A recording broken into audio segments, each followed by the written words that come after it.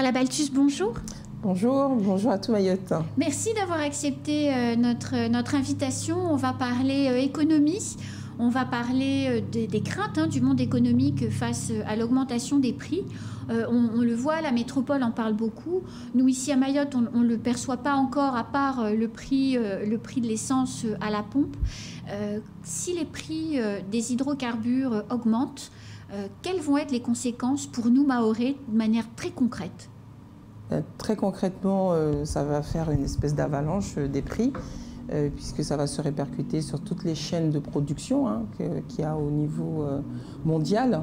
Donc ça se répercutera tout simplement en achetant des produits, puisque l'énergie, toutes les usines de production utilisent l'énergie fossile classique, le gaz, etc.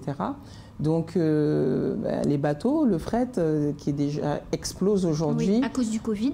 Pareil, les bateaux aussi utilisent de l'énergie. Donc c'est vraiment inquiétant. C'est vraiment inquiétant.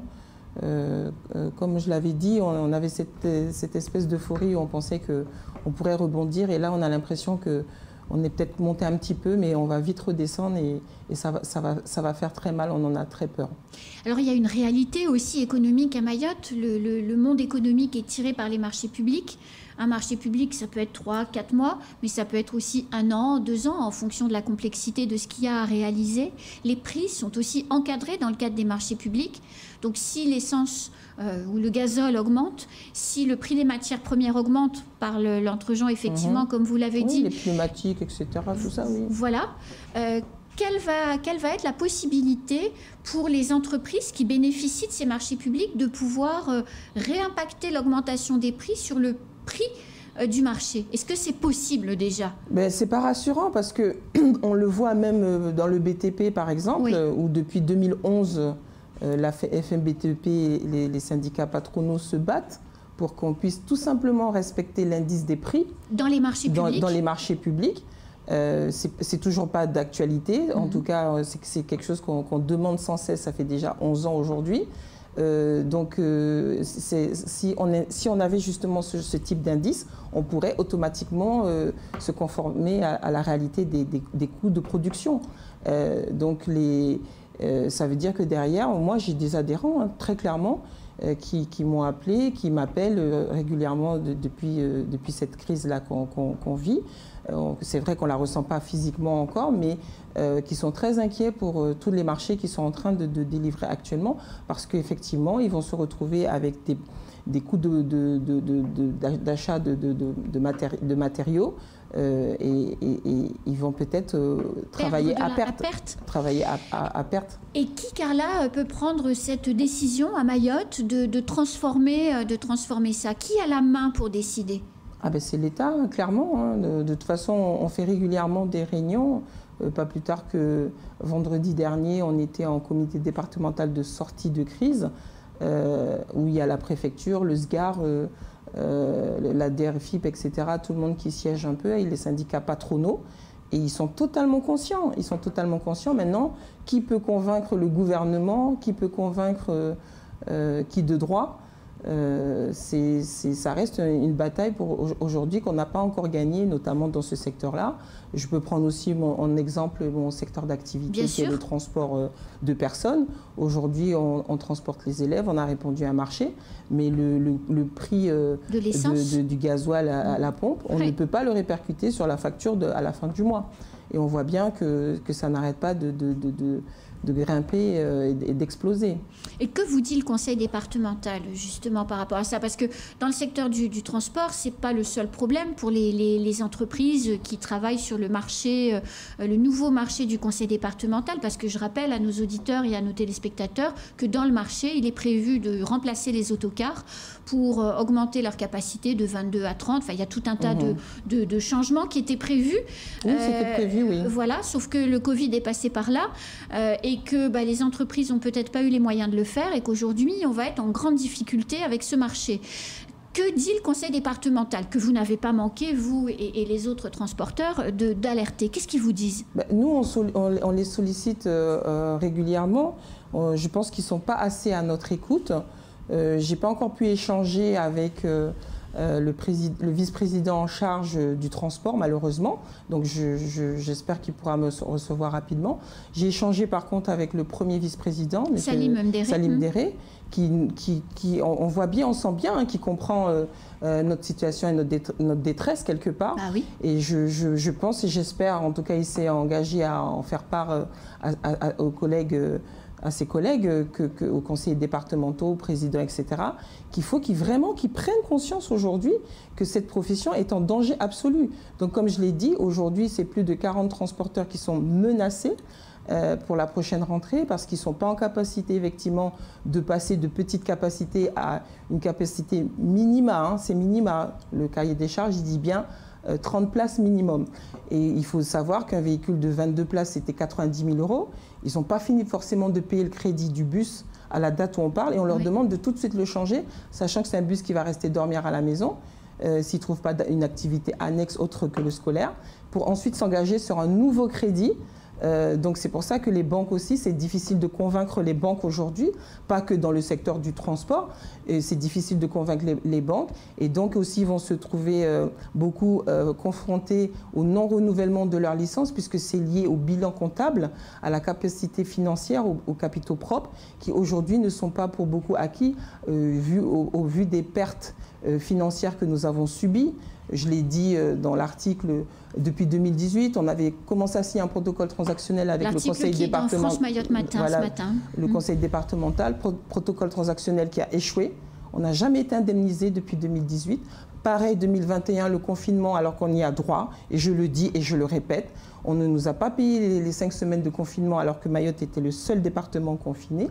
Et là, aujourd'hui, pendant la période de droit de retrait que les conducteurs ont usé parce que il y avait un excès.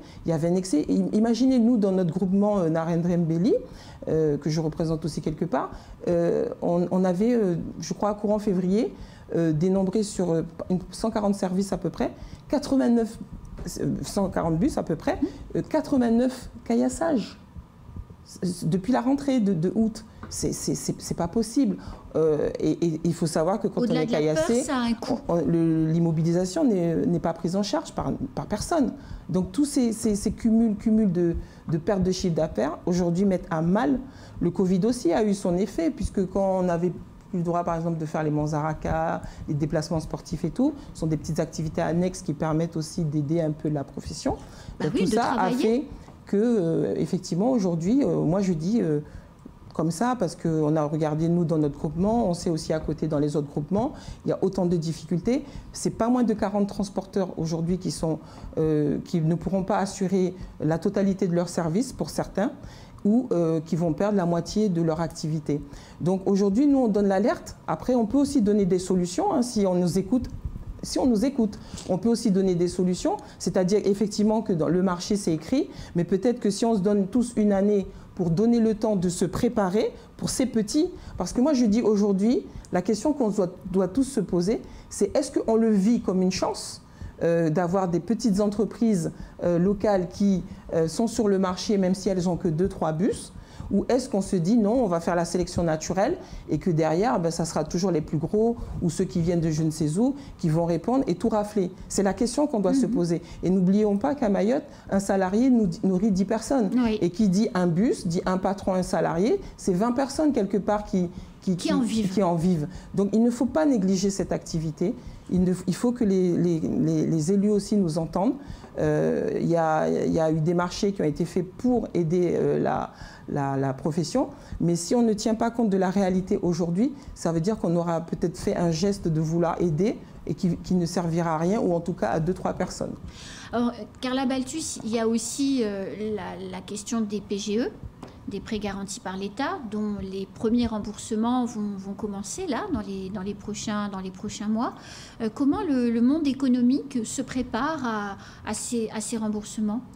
Il y a des gens qui ont déjà remboursé leur PGE, franchement, tant mieux pour eux. Oui. Il y en a qui sont très inquiets parce qu'ils voient bien les difficultés.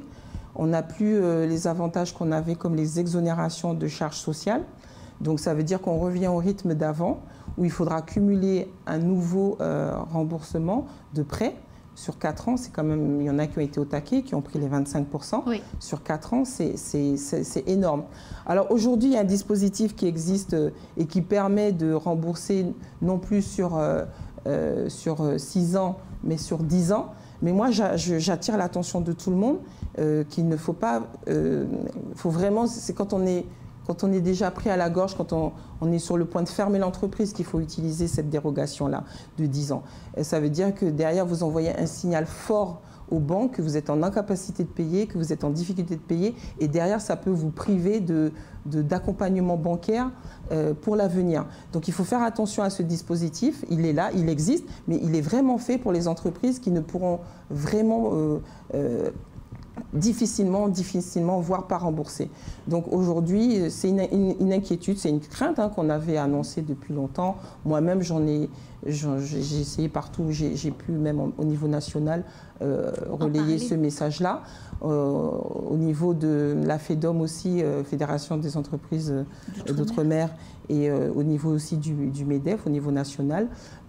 C'est un sujet, j'ai demandé au comité d'outre-mer aussi du MEDEF de vraiment prendre ce sujet en priorité et d'essayer de voir et qu'on puisse faire comprendre aussi au gouvernement que déjà tous les territoires d'outre-mer et encore plus Mayotte auraient besoin d'un allègement dans la durée.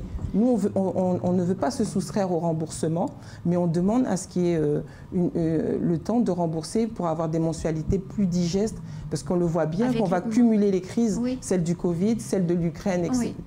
Donc c'est nécessaire. Du côté de la CSSM et de la DRFIP, nombreuses sont les entreprises à Mayotte qui ont aussi accumulé, je dirais, des dettes, mais pas des dettes de mauvais paiement, c'est des reports de financement qui ont été octroyés dans le cadre du Covid, mais à un moment donné, il faut rembourser. Est-ce que la CSSM et la DRFIP ont déjà commencé à frapper aux portes des entreprises en disant, bon ben voilà, vous nous devez tant, comment vous envisagez de payer? En tout cas, il faut reconnaître que le gouvernement a mis les moyens pour accompagner les entreprises pendant cette crise depuis 2020. Oui.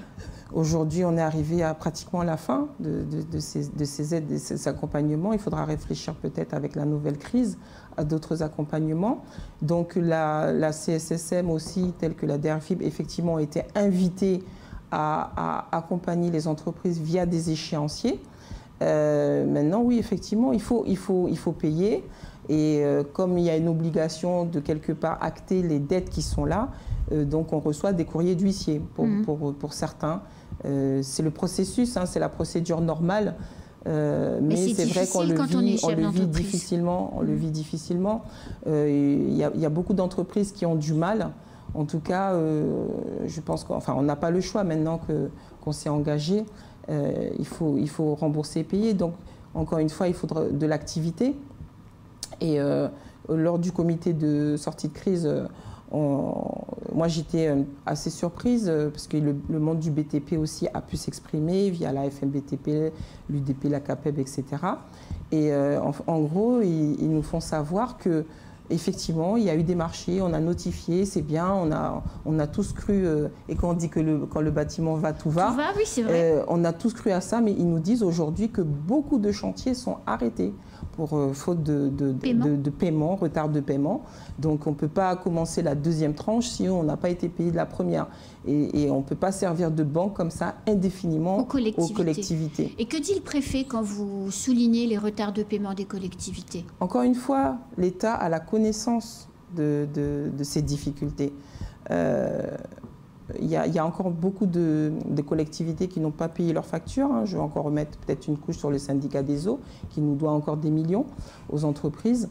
Donc tout le monde a la connaissance. Tout le monde a la connaissance. Après, c'est la gestion individuelle dans chaque collectivité, où on va utiliser ou pas l'argent comme il faut, où on va taper dans le mauvais budget ou pas. C'est l'effet de chaque politique qui fait que derrière, c'est nous qui payons les pots cassés. J'ai une dernière question à vous poser. On est à 32 jours du premier tour de l'élection présidentielle. Pour le monde économique, c'est une chance ou au contraire, c'est pas du tout une chance parce que c'est une période où il n'y a aucune décision qui se prend? De toute façon, on ne peut pas y échapper. On avait des échéances, on a des élections. Le calendrier, on peut se poser la question si, au vu de la situation politique actuelle, il faut le maintenir ou pas, mais c'est comme ça. Non, mais ce que je veux dire, c'est est-ce que le fait qu'il y ait une campagne électorale, est-ce que l'État est plus enclin à signer des chèques et à donner des accords, ou bien il décale la prise de décision à après l'élection? En fait, c'était ça l'essence de ma question. Après, c'est une vision globale qu'il faudrait avoir et que je n'ai pas malheureusement. En tout cas, il y a une continuité de service qui est que l'État est là, quelles que soient les élections ou pas. Les marchés sont sur la table, ils sont notifiés. Il y a des chefs de service et au moins qu'on puisse exercer les marchés qui sont là, qu'on nous paye tout simplement nos factures, qu'on nous laisse travailler pour pouvoir payer nos salariés à la fin du mois et nos fournisseurs, c'est tout ce qu'on demande. Mais je ne pense pas que ça soit gênant. Maintenant, voilà pourquoi on alerte, c'est que avec l'Ukraine, la crise de l'Ukraine, c'est qu'on se dit que on voit bien dans beaucoup de départements, l'essence ou le gasoil ont déjà dépassé les 2 € du litre. Bien sûr. Et ça, c'est des choses concrètes. Quand on va à la pompe, nos salariés aussi vont à la pompe pour se déplacer, venir travailler.